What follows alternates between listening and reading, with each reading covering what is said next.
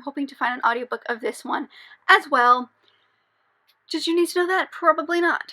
Hello everybody, my name is Kelsey and we're about to get very, very nerdy with my March TBR.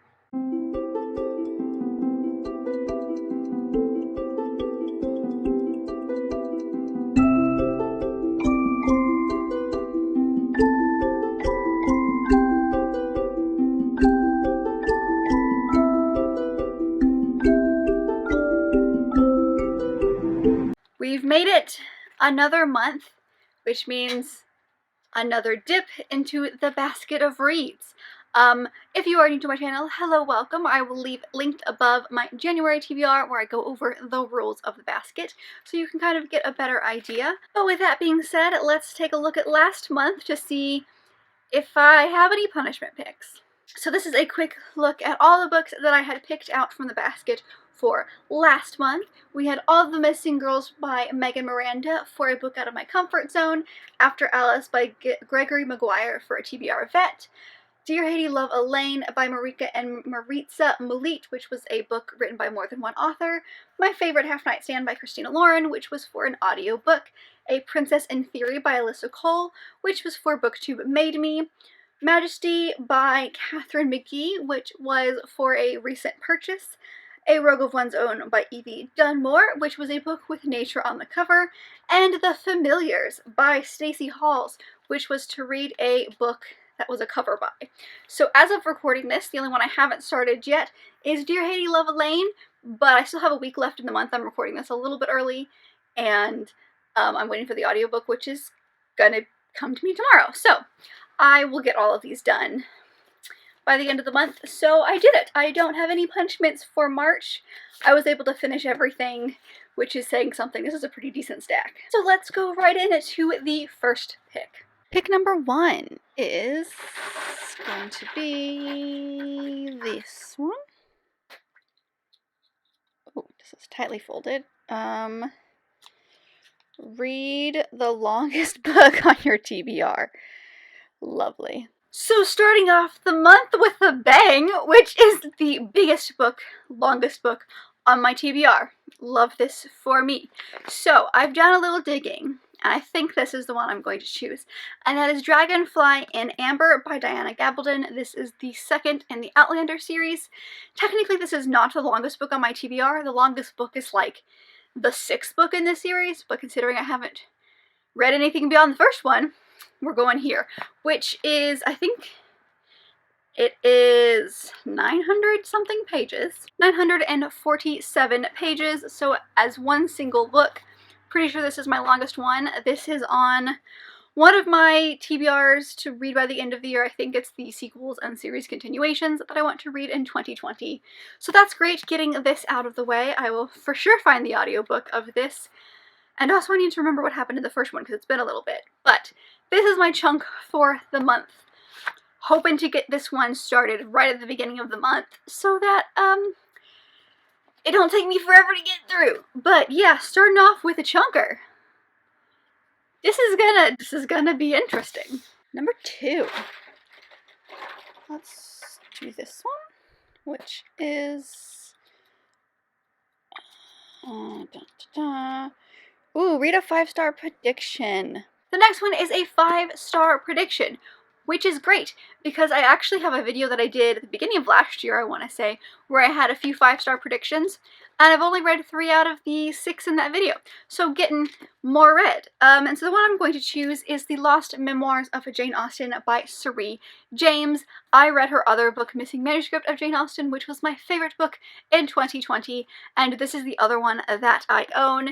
This is exactly what it sounds like. It's basically if someone had found the memoirs of Jane Austen, that's what this book is. It starts off with kind of like a preface from an editor that's a fictional editor that basically says, this is what we found, these are her memoirs, and then we go straight into her memoirs. So this entire book is fictional, but it's written in a way that's not. And I am excited because I love Scribd James's writing, especially when it comes to kind of Jane Austen. And I think she writes Jane Austen very, very well. So I'm curious to see how she's going to do her memoirs. But I expect this to be 5 stars because I loved the first one. And it's about Jane Austen, so like, obviously. But yeah, that's my 5-star prediction. Hopefully it will actually be 5 stars. Fingers crossed. Number 3.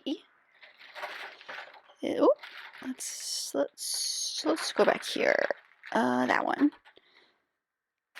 which is read a nonfiction. The next one is just to read a good old nonfiction.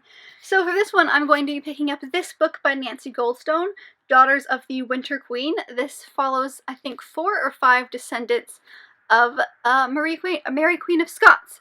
Why I always want to call her Marie, I don't know. But I loved her book on the rival queens, which was about Catherine de Medici and her daughter. And so this is the next one that I picked up. But I've loved her writing. I love her explanation of history. I think it's incredible. I think she does an amazing job writing stories that are very easily digestible. So this is the only other one that I have by her. Hoping to read many, many more. But when I saw nonfiction, this is the first thing that came to mind. So we're going to pick this one up. It's not the smallest thing, but it's also not the biggest thing I've ever read. It's not even 500 pages. So I'm excited to dive into this one, especially because Mary Queen of Scots is someone that I find fascinating and I would like to know more about. So very excited about this. Pick number 4. This one looks good. Where is it? Ugh.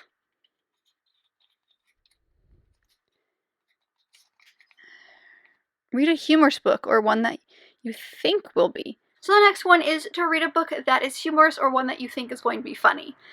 I had to do some digging. I wasn't quite sure if I had anything that worked for this, but the description of this book makes me think this is going to be funny, so we're going to go for it. And that is Confessions of a Jane Austen Addict by Lori Vieira Rigler. This is basically about a woman who ends up, from modern time, going back to Regency England and having to live as a Regency England lady and being mistaken as this person that she is not. And it's one line specifically in the synopsis that makes me really think that it's going to be her, or it's going to be funny. So her name is Courtney, but not even her level of Austen mania has prepared Courtney for the chamber pots and filthy coaching inns of 19th century England, let alone the realities of being a single woman who must fend off suffocating chaperones, condomless suitors, and marriages of convenience. I feel like it's just going to be funny. I think it's just going to be funny to see her being used to modern times and then having to, like, completely change that. So, I think this is going to be funny. We'll see if it actually is. It's not very long. I actually have another book by this author where it's the reverse of a woman in Regency England gets plopped into modern day. So if I like her writing, that one might come up soon. But yeah, this is my humorous read because I think some of the writing is going to be kind of funny. Pick number 5. This one? Oh, it does not want to open. There it goes.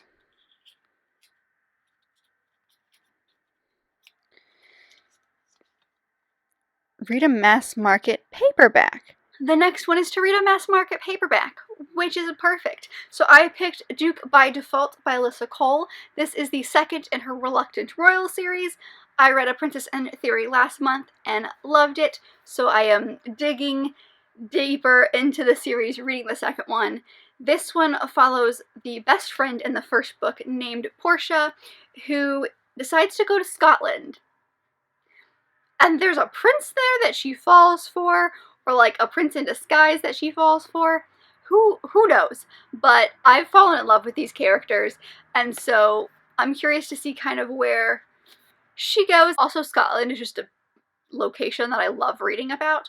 So yeah, I'm excited, and I devoured the first book, and I'm really excited to continue with this series. So this is the second one, and it's a cute little mass market paperback. So we're gonna dive into this one this month. Number 6. This one.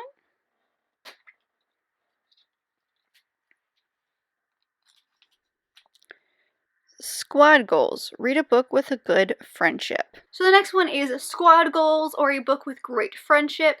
And I might be wrong about this one because I haven't read it, obviously, so I don't really know if it's going to work or not. But it's a middle grade, and I feel like it should. And that is The Crowns of Croswald by D.E. Knight. I was gifted this e-book from the publisher to read and review. So I'm doing that. It's the first in a trilogy, and it's about kind of dark fairy tale-esque things that happen. And with middle grade, I feel like there's a lot of really good friendships, and especially if it's like a fantasy fairy tale book, she's probably going to come across a animal sidekick in some sense, so who knows. But I think this one will be okay, and I do need to read this month, so I'm excited to try this out. This is giving me kind of like School of Good and Evil vibes from the synopsis, because it sounds like it's going to be like a darker take on fairy tales. I'm not sure what I'm getting into, but it sounds awesome, so we're going to give it a try. Alright, number 7. This one.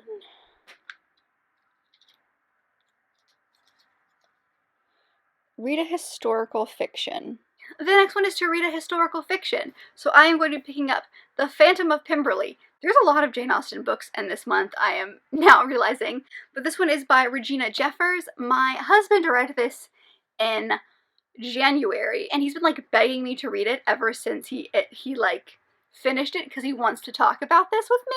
So I'm curious to get into this one. It is a murder mystery that's set at Pemberley. That's about all I know. I've heard a few things that he has said where like there's a few characters from the original, but there's also characters that are new.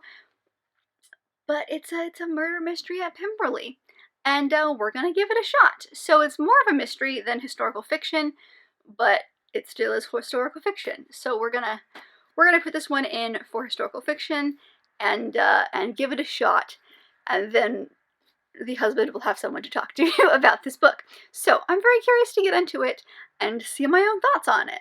And the last one, number 8. This one looks good. Whoops.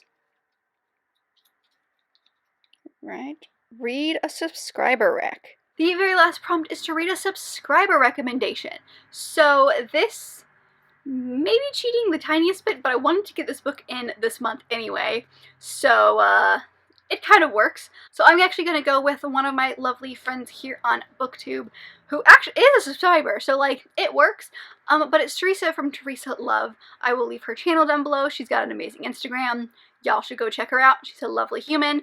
But she really wants me to read Everything by Nicola Yoon ever since I mentioned I hadn't read it in my all of the physical books that I have on my TBR that I did a few weeks ago. She's like, please read this. And I've seen the movie, so I know the general idea of this book, but I've never read the book. I know it's mixed media, which makes me so happy. Like, we've got text conversations, there are drawings throughout it. It just makes me happy when I flip through. So I'm very excited about it. Ooh, look, we've got an entire page here that looks kind of like a web page. So it follows our main character, Maddie, who basically is allergic to everything ever. And so she's required to stay inside. She's not allowed to go outside, but then a boy moves in next door, and the relationship things happen. So she's never left the house, I don't think, ever. And yeah, Teresa really loves this. I think she did a post on this that actually made me interested in it, and then she told me to read it, so it just made me even more interested in it. But she talked a lot about how she related being chronically ill to a lot of the things that happen from Maddie's perspective of being like home all the time.